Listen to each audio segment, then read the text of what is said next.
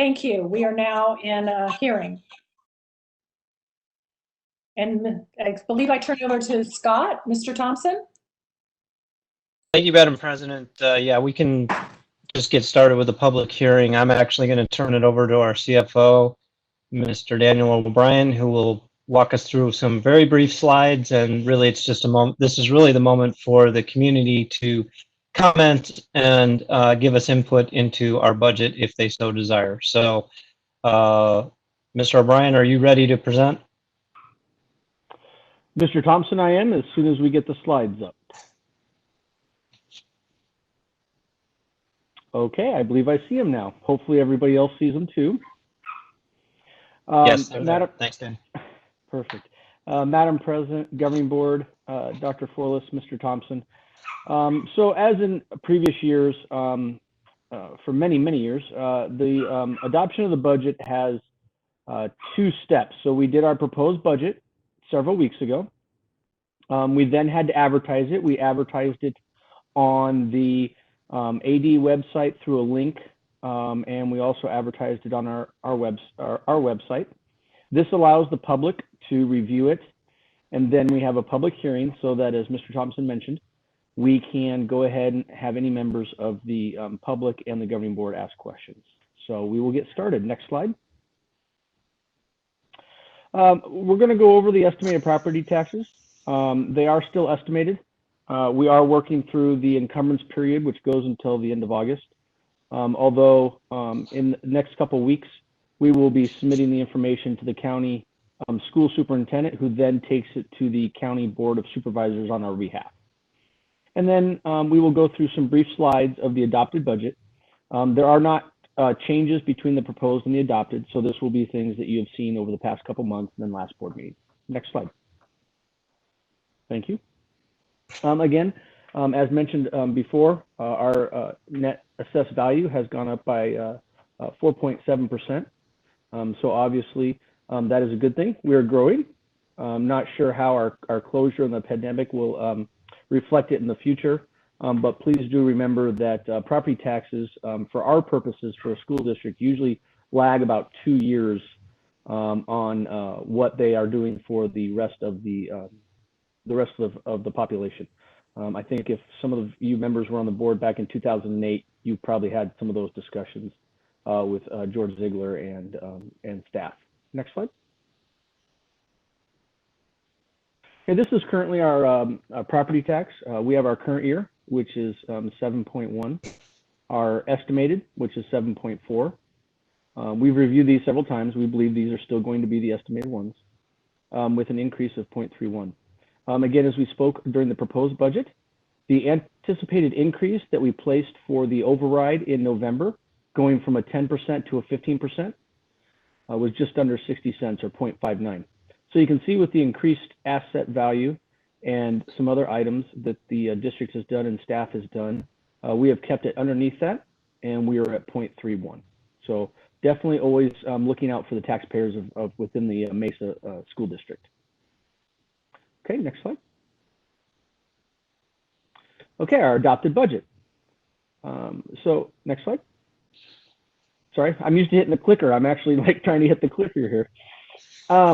So again, state statute states that between the proposed budget and the adopted budget, you can only change it if it's down versus going up, mainly because of those property taxes and the advertisement that we do. We did not have any of those issues. So we did propose our budget. We did advertise. We are now doing our public hearing currently. We will do a December revised budget if needed. Over the past couple of years, some years we've done it and some we haven't. I would suspect that this year we probably will do it with the closure and some of the other items. And then we do our May revised budget, which is our final budget as we did back in this May. Next slide, please. Thank you. Just to recap some of the legislative changes, we did have our base level increase of $155.30 per weighted student count. We did have a reduction of the reduction. I thought this year we might be able to get rid of it and I wouldn't have to say that again, but due to the closure and the skinny budget, as the state has called it, we still did get a reduction, but we are getting pretty close to being fully funded in DAA. So hopefully next year, if things go right. And then from several years ago, because of Governor Ducey and the state legislature giving us the 20 by 20 plan, remembering that going into fiscal year 21, the 2020 plan is supposed to be fully in place. We do have to publish our student or our teacher salary, and currently it is published right now at $55,826. Reminding the board that is estimated, and I know Dr. Driscoll is still trying to, and his HR staff is still trying to hire teachers. So that will become revised when we do our AFR and then our proposed or revised budget in December. Okay, next slide. Okay, this is just a quick budget overview. You've seen this in the budget matrix several times. We also saw this on the revised budget. Our M&O budget is approximately $491 million, with a large portion of that being both the increase to the basic support level and the additional dollars received from going from 10% to 15%. So the extra 5%. Again, thanking the taxpayers and the stakeholders of the district for doing that. We then have our capital override, $46 million. We have our federal and state grant at $53 million. Again, as I spoke earlier, we cannot make giant increases, from proposed to adopted. That will most likely be increased up in the December revision as we start to get some of the CARES Act and some of the other money that we will be receiving through AD and the federal. And then also once we revise and know exactly how much carryover we're going to have. We have our adjacent ways at $1.2 million. And then we have our bond debt. This is not the dollars that we can spend. This is our mortgage payment for the bonds that we have sold over the past couple years. Just over $55 million. Next slide. And I will answer any questions.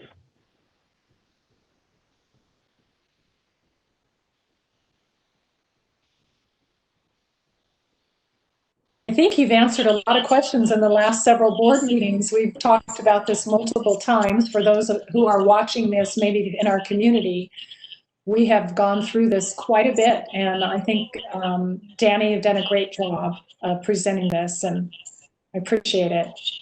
Thank you.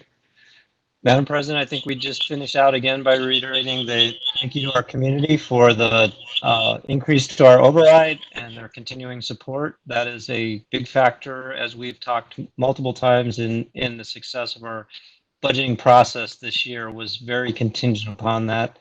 And again, we thank our committee for their support. But with that, we can end the public hearing. If there are no, Mrs. Hollins, I assume there are no public comments in the queue? I do not have any comments in the queue on the budget hearing. Thank you.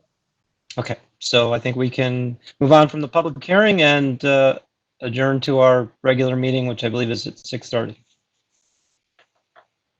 Any other questions from board members before we leave this meeting and come back at 6:30? Great, good job. That right there attests the fact that both of you have done an excellent job in presentation and on all your work. There's no more questions. We will make this official in our action items in the regular session. We will vote on that budget that you just spoke about in that meeting. So with that, then, if there are no other questions or comments or anything else that we need to do here, we will excuse everyone until 6:30, where we will reconvene for our regular session. Thank you, everyone. You need to take a motion to adjourn. Oh, that's right. I'm sorry. I need a motion to adjourn. Thank you, Helen. I move that we adjourn this public hearing. Do I hear a second? I second, Marcy Hutchinson. All those who are in favor, please let me know by vote, and that would be Mr. Peterson. Aye. Mrs. Hutchinson. Aye. Mrs. Sears. Aye. Mrs. Richardson. Aye. And Mrs. Minor, aye. Thank you, everyone. We'll see you at 6:30.